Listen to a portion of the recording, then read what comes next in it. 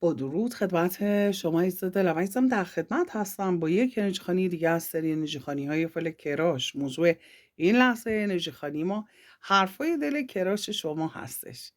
چی تو قلبش میگذره؟ حرفای دلش چی هستش؟ ببینیم کائنات چه مسائلی رو میخواد آشکار کنه. با نام و یاد خداوند و یاری کائنات انرژی خوانیمون رو آغاز میکنیم. آمین که کائنات هر آنچه که پنهان هست بر شما عزیز دلم هم اکنون و در همین لحظه آشکار کنه. آمین. آمین. ببینیم که چه مسائلی رو کائنات میخواد آشکار کنه و حرفای دل این فرد چیه.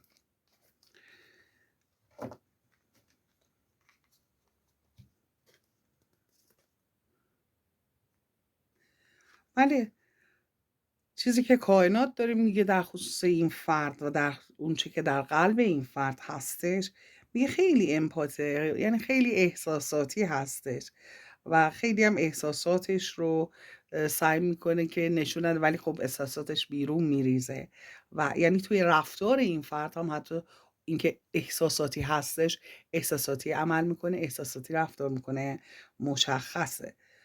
و فردی بسیار طبیعت‌گرا هستش، فردی هستش که با حیوانات مهربانه، با اطرافیان مهربان هستش.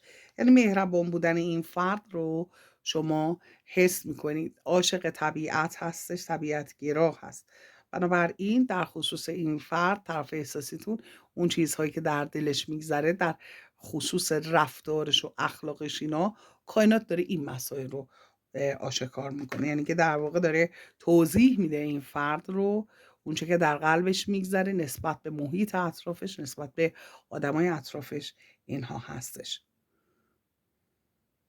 یعنی میگه که انگار که این فرد شادی و نشاط و روشنی رو به اطراف خودش منعکس میکنه، انعکاس میده. بنابراین این فرد فردی هستش که خیلی مهربانی خودش رو هم با دیگران تقسیم میکنه. یعنی که حالا اگر یه چیزی داشته باشه اون رو سعی میکنه با دیگران تقسیم کنه، با دیگران مهربان برخورد میکنه. آغوش باز رو در اینجا داره بهش اشاره میکنه که کائنات بسیار زیبا داره در خصوص این فرد جواب میده. یعنی اگر کاری از دست این فرد بر بیاد با آغوش باز قبول میکنه و اون کار رو انجام میده. بله، و میگه که اصلا در اینکه شما این فرد رو ببینید یک پلان الهی، یعنی که یک برنامه ریزی خداوندی هستش. ببینید ما انسان ها اومدیم تو این دنیا که یه چیزایی یاد بگیریم. شاید قرار هست شما از این کراشت، این فردی که جفت روحی شما هست، یه چیزایی یاد بگیرید و یه چیزایی به مسائل احساسی شما، یک سری از تجارب احساسی رو با این فرد بتونی احساس کنی. حتما که مثلا رابطه ها نباید باشه که در کنار اون هم شما چیزایی از این فرد یاد میگیرید. مسئله دیگری که کائنات داره بهش اشاره میکنه، میگه همه چیز یک جا در کنار هم اومدن رو داره نشون میده. یعنی که این فرد توی قلبش، حالا توی افکارش، اون چیزی که در دلش هست نسبت به شما بگه، در کنار هم بودن، یک جا قرار گرفتن، در کنار هم بودن رو داره بهش اشاره میکنه و با هم حالا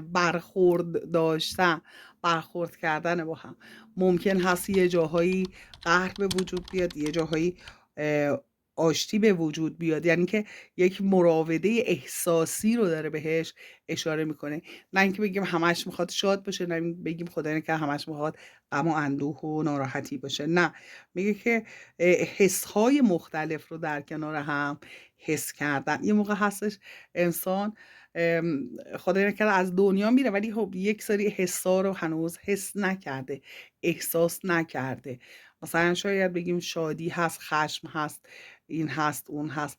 حس ها رو وقتی که حساب میکنی، ولی بعضی از حس ها هستن که انسان ها، چون نگاه من اینطور هستش، چون انسان ها همه اونها رو حس نکردن، بنابراین اسمی هم براش نمیتونن قرار بدن، نمیتونن برای اون حس یک تعبیری داشته باشن، یک اسمی حتی شاید گذاشته باشن.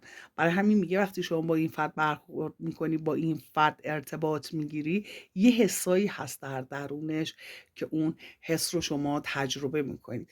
من یک بار یه حس خاصی رو که تمام زندگیم حس نکرده بودم رو خیلی دوست دارم این تجربه‌مو خدمتتون عرض کنم که من روی این حساب هستش که میگم یک سری حس ها هست که واقعا انسان ها شاید توی زندگیشون حس نکنن یا خیلی کم پیش بیاد که اون حس رو حس کنن.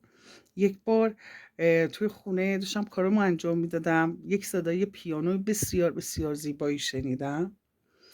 میدونین عزیزانی که تعقیب میکنم مورا از کانال آدم و هوا، مایکل پسر من پیانو میزنه.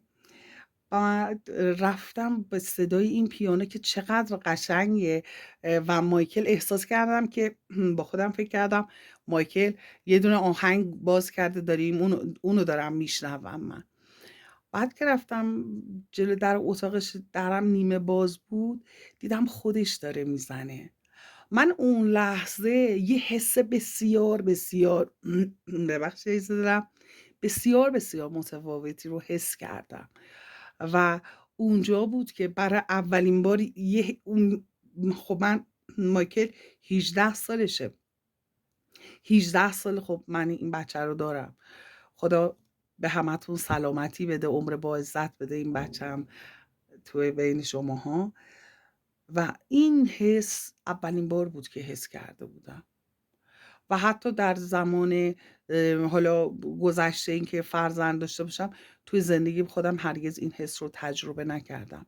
یک حس بسیار متفاوت بود، بسیار متفاوت بود و شاید باورتون نشه این حس یکی دو بار به من دست داد. حالا موقعی خب من موسیقی خیلی دوست دارم و اینکه این بچه اینقدر با اون، حالا شاید به خاطر اینکه با اون احساسش اون موسیقی رو، حالا اون پیانو رو می نواخت، اون حس به هم دست داد، میتونه باشه که حس مایکل رو در واقع من گرفتم که یک حس متفاوت بود برای من، شاید این بود.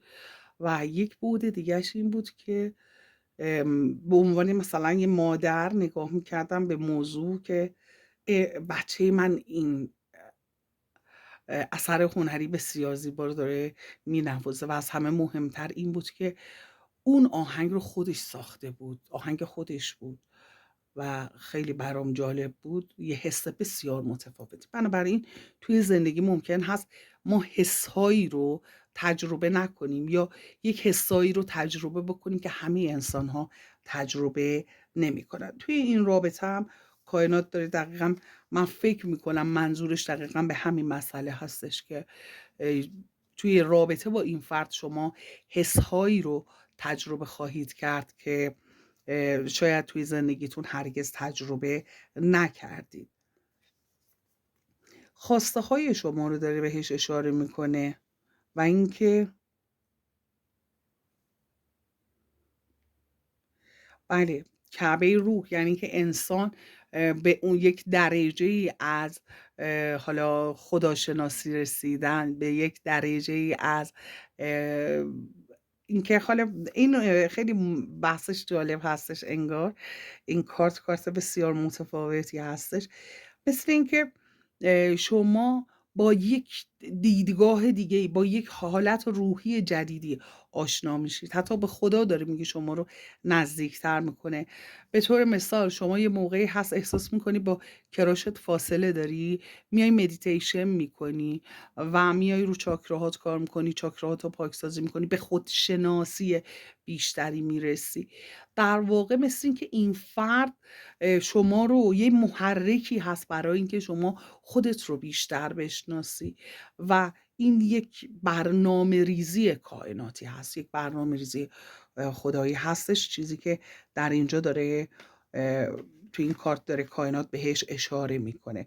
خواستم این موضوع رو دقیقا به همون شکلی که هستش، چون ما اینجا فالگیر نیستیم عزیز دلم، رمالی نمی کنیم، اینجا انرژی خوانی انجام میدیم.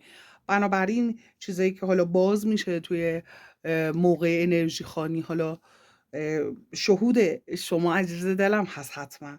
بله انرژی شما هست که دریافت میکنم و جواب سوالتون رو از کائنات براتون میخونم.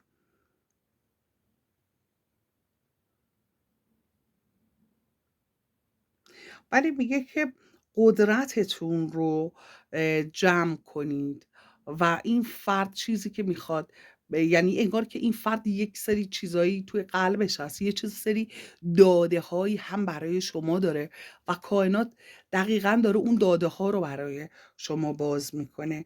میگه انگار که نیرو انرژی رو شما در خودتون جمع کنید. به طور مثال اگر مسائلی هستن که ذهن شما رو درگیر کردن و خیلی شما رو به هم ریختن، کائنات برای اینکه شما رو از اون شرایط سخت نجات بده، از اون فکرها، و مغز شما برای اینکه خودش رو نجات بده دیگه انقدر به مسائلی فکر نکنه که شما رو عذاب بده، اذیت بشین، یک راه حل پیدا کرده اینجا و روی این فرد تمرکز کرده. چرا؟ چون شما وقتی به این فرد فکر میکنی احساس آرامش میکنی، حس خوب بهت دست میده و در واقع مغز شما یه راهی رو برای نجات خودش پیدا کرده و کائنات هم این راه رو در اختیار مغز شما، ذهن شما قرار داده و بنابراین داره میگه که قدرتتون رو یک جا جمع کنید. حالا خدای نکرده اگر ضرباتی در گذشته خوردید، حالا اندوه، ناراحتی، پریشونی، پشیمونی، هر چی که هستش دیگه، اونها برای شما کمرنگ شده و شما در زمان حال خودت قرار گرفتی. و میگه زنجیرها رو پاره کردن، حالا تن و پا رو جدا کردن، زنجیرها رو پاره کردن، دست و پابستگی هایی که برای شما در گذشته بوده و به زمان حال آورده بودید با خودتون، اون دست و پابستگی ها، اون مشکلات، اونها همه حل میشه. انگار که ذهن شما متمرکز به یک مسئله میشه. دیدید یه موقع میگن رها کنید، رها شدگی رو کار کنید با خودتون.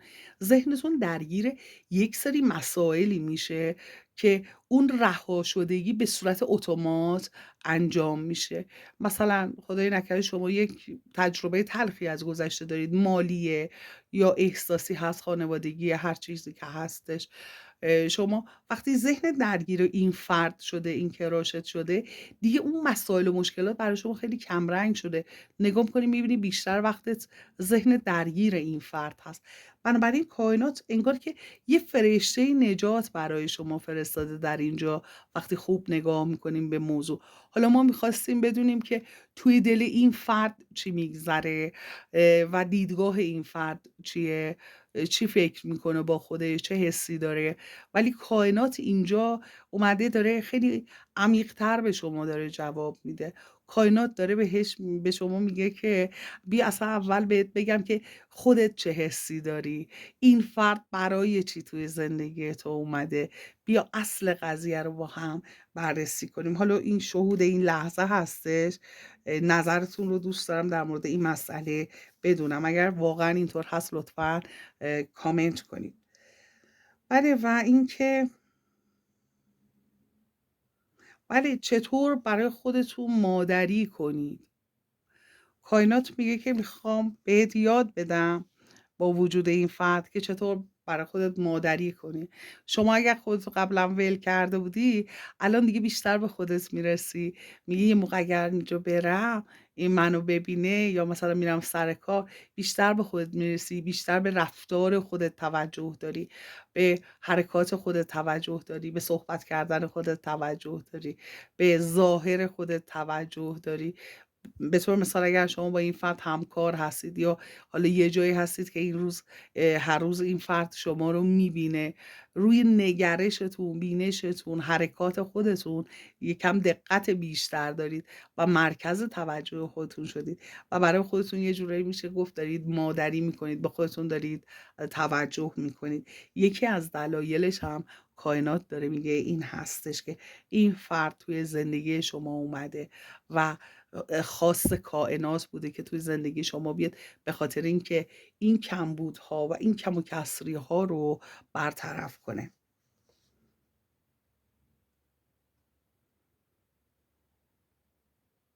بله کائنات میگه که یه خورده برای اونایی که خیلی عجله دارن، بعضی هستن خیلی عجله دارن، خیلی میخوان سریع این حالا اتفاق پیش بیاد، سریع این رابطه جوش بخوره، بعد خیلی هم جوش میزنن به قول معروف، خیلی هم هرس و جوش میخورن که پس کی میاد، پس چرا نمیاد، پس چرا اه، پیام نداد، چرا با من حرف نزد، چرا موضوع رو باز نکرد و مسائلی از این قبیل. کائنات میگه که سعی نکن از کائنات پیشی بگیری، انگار که توی این مسیر قرار شما یه درسایی بگیری، میگه باید اون درس رو شما بگیری.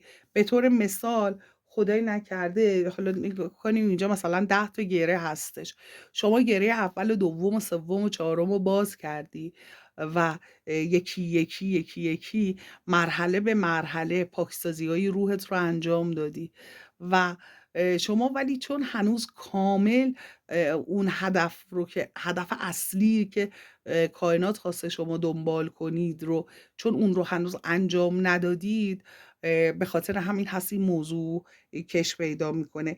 میگه سعی نکن از کائنات سبقت بگیری، جلو بزنی. هر جا که شما بخوای یه خورده جلو بزنی، کائنات اونجا حواسش هستش و استوب رو میده در اون لحظه. ببخشید عزیز دلم. بنابراین اون حالا اون به اون تکاملی که شما باید، روحت به اون تکاملی که باید برسه، به اون درجه‌ای که باید برسی. به طور مثال شما مثال میخوام بگم، خودم رو میگم، بنده به طور مثال 8 تا عیب و ایراد دارم، 10 تا عیب و ایراد دارم، باید من این 10 تا رو توی این مرحله همه رو کامل کنم، این 10 تا کلاس رو باید پاس کنم تا بتونم اون مدرکم رو بگیرم. به طور مثال این رو میخواستم میگم، تا به اون خواستم برسم، تا به اون هدفم برسم. و کائنات شما رو داره همراهی میکنه، به شما داره یاریتون میکنه تا اون مراحل رو بگذرونید. یعنی که میگه تا این مراحل تموم نشه شما نمیتونید به خواستت برسید. به طور مثال ما 7 تا چاکرا مگه نداریم؟ یکی از این چاکرا میگه هنوز بسته هستش. شما بشین فکر کن ببین کدوم چاکرا بسته هستش. و به طور مثال اگر احساس میکنی وقتی حرف میزنی بغض میکنی، نمیتونی حرف تو بزنی، این نشون دهنده این هستش که چاکرای گلوی شما بسته است. اگر شما وقتی صحبت میکنی طرف مقابل دچار سوء تفاهم میشه، این چاکرای گلوی شما بسته است. بنابراین شما برای اینکه در فرکانس این فرد قرار بگیرید و با هم در یک فرکانس باشید دقیقاً تا اون اتفاق بیفته، باید نگاه کنید ببینید که اون هدف اصلی چی هستش، اون هدف اصلی چی هستش، اون شرایطی که باید به وجود بیاد چی هستش. مثال عرض میکنم، شاید شما وقتی مدیتیشن میکنید، زمانی که میگی من مدیتیشن میکنم احساس میکنم این فرد داره به سمت من نزدیکتر میشه، قدم های بیشتری برمیداره، بعد 2-3 روز، یه هفته، یه ماه یادم میره مدیتیشن کنم یا دعا کنم، حالا بسته به دین و کیش و آیین خودت. بعد میگه که احساس میکنم که از فرکانس این فرد دارم دور و دورتر میشم. به طور مثال مثل این میمونه که شما وقتی که خوب که نگاه میکنی میبینی که وقتایی که به طور مثال عرض میکنم شما کلاس رقص میری، با این فرد احساس میکنی که این فرد کششش نسبت به شما بیشتره، ولی وقتی که مثلا این کلاس رو میذاری کنار، خب دور میشی از هدف، دور میشه، فرکانستون خیلی فاصله بینش ایجاد میشه. یا مثلا میگم شما کلاس زبان میری، میگی من هر وقت که کلاس زبان رفتم این فرد احساس کردم به سمت من کشش بیشتری داره. بنابراین صحبت از یک فرکانس هستش. 100% مطمئنم الان داری میگه آره اون دفعه هم اینجوری بود که اینجوری شد که اینجوری شد. اگر همچین حسی رو داری الان لطفا کامنت کن، چون اینا چیزایی هستش که موقع انرژی خانی آشکار میشه، شهودی هستش. بنابراین دوست دارم که تاییدیه شما رو داشته باشم.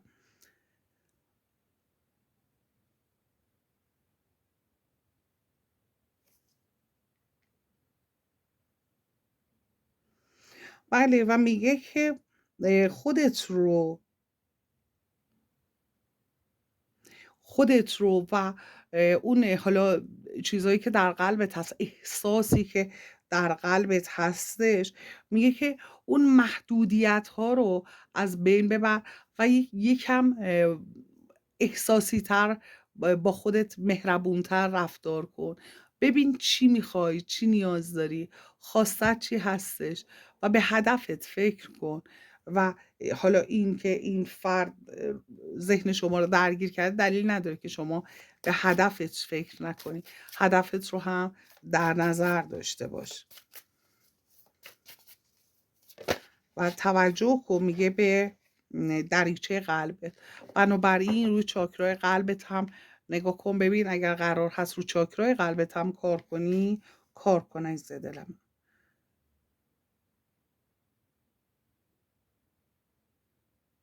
بله و میگه که حالا اون سقف رو بشکن، در واقع داره بهش اشاره میکنه و تغییرات در خودت به وجود بیار، در فرکانس خودت تغییرات به وجود بیاد و یک شفالامای عمیق داره میگه، یک معجزه بزرگ رو داره میگه، یک به دست آوردن شفا، انرژی شفا رو داره بهش اشاره میکنه که خیلی عمیق همین اتفاق میفته. میدونیم دیگه مسائلی که خیلی سطحی هستن زود از بین میرن.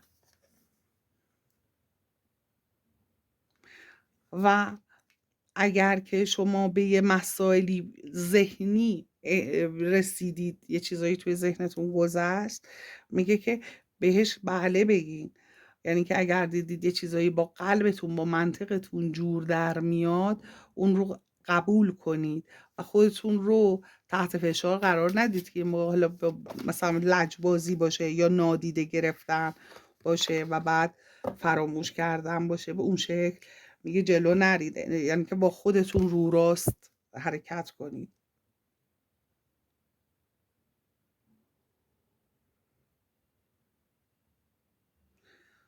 میگه که خب دلیل این که همش پشت سر هم، یه موقع ها ممکن هستش که توی کار مسیرت بستگی به وجود بیاد، موانع به وجود بیاد، آدمایی باشن که نخوام بذارن این رابطه شما با کراشت شکل بگیره. میگه که دنبال دلیلش برو، ببین چه موقع ها این اتفاق میفته، چه موقع ها حال دلت چجوری میشه این اتفاق میفته، حست چجوری هست اون روزا اینجوری میشه، یا حالا دلیل اینکه یه دفعه‌ای همه چی برعکس میشه چی هستش، برای خودت چه کاری رو انجام نمیدی این اتفاق میفته. و برای خود مثلا میگم هر چقدر به خودت توجه میکنی، احساس میکنی که مسئله داره راحت تر پیش میره، سریع تر پیش میره، همین امروز فرداست حس میکنی که این فرد بیاد و پیشنهاد بده و هر چقدر که از خود دور میشی احساس میکنی این فردم از شما دور میشه. هر چقدر توجهت نسبت به خودت کم میشه، این فردم توجهش کم میشه. بنابراین میگی موضوع فرکانس هستش. فرکانس شما و این فرد باید یکی بشه و این فرد اومده توی زندگی شما، یک فرشته نجات هست برای شما. به این دید باید نگاه کنید. اولا که یه درس هایی رو در کنار این فرد میگیرید، مجبور میکنید خودتون رو برای به دست آوردن این فرد یه درس هاییتون رو پاس کنید و روی چاکراهاتون کار کنید و خودتون رو به یک مرحله بالاتر برسونید.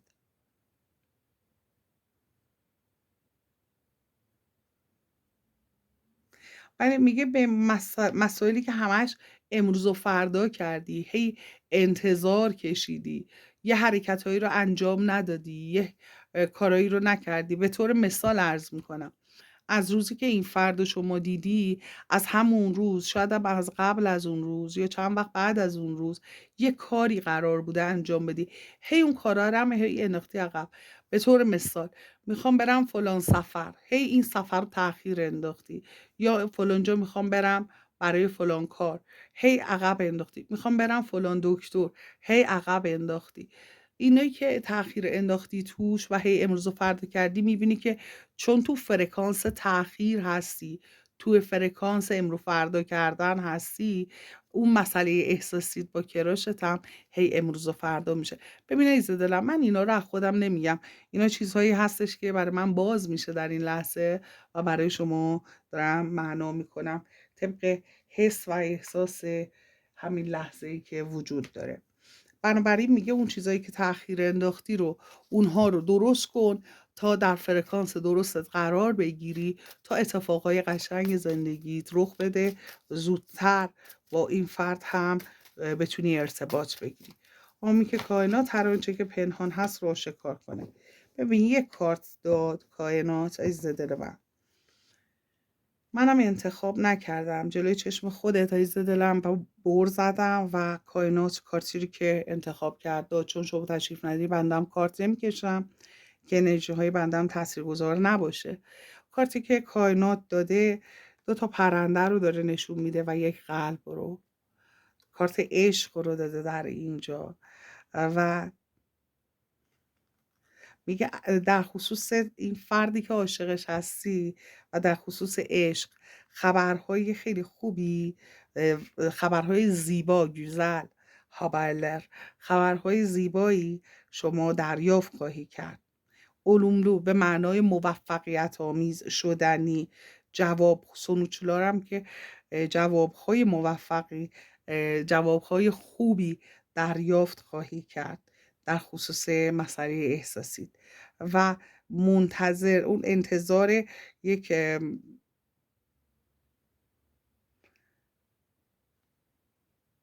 بله میگه در خصوص چیزی که انتظارش رو میکشیدی،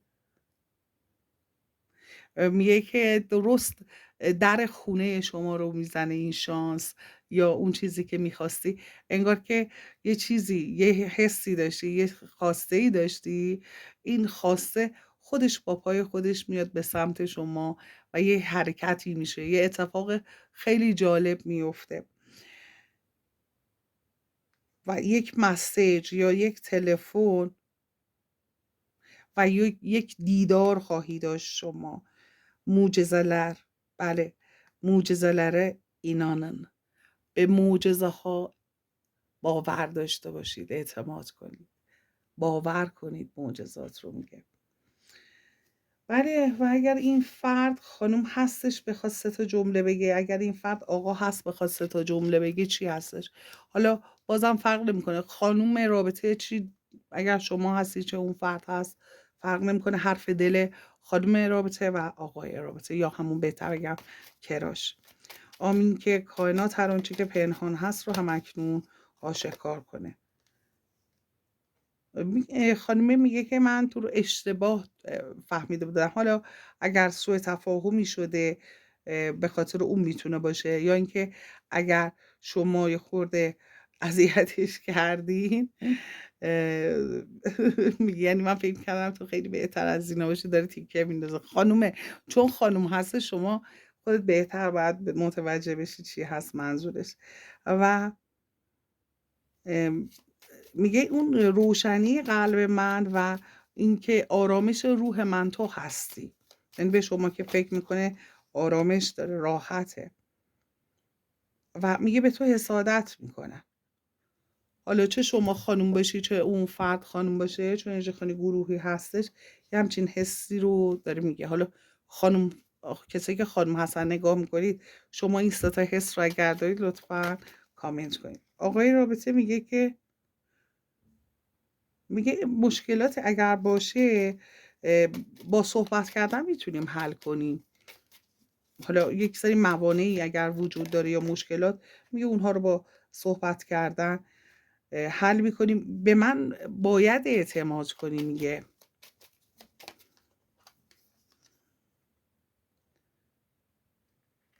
و میگه که تو خب به خاطر اینکه در گذشته حالا یک انتخاب های اشتباهی کردی، حالا انگار یه سری موانعی که وجود داره، به طور مثال یه نفر وارد یه رابطه ای شده بعد حالا اشتباه شده و این مسائل.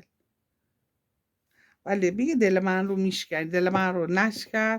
حالا اگر فرار میکنی خود حاشیه میری و اینا، شما اگر خانم هستی این فرد این حسا رو داره در مورد شما و عذرخواهی هم حتی داره میکنه اگر حالا کش داده یا حالا یه چیزایی جفت و جور نشده، قرار بوده ببینه نتونسته ببینه یا حالا هر مسئله دیگه ای هست.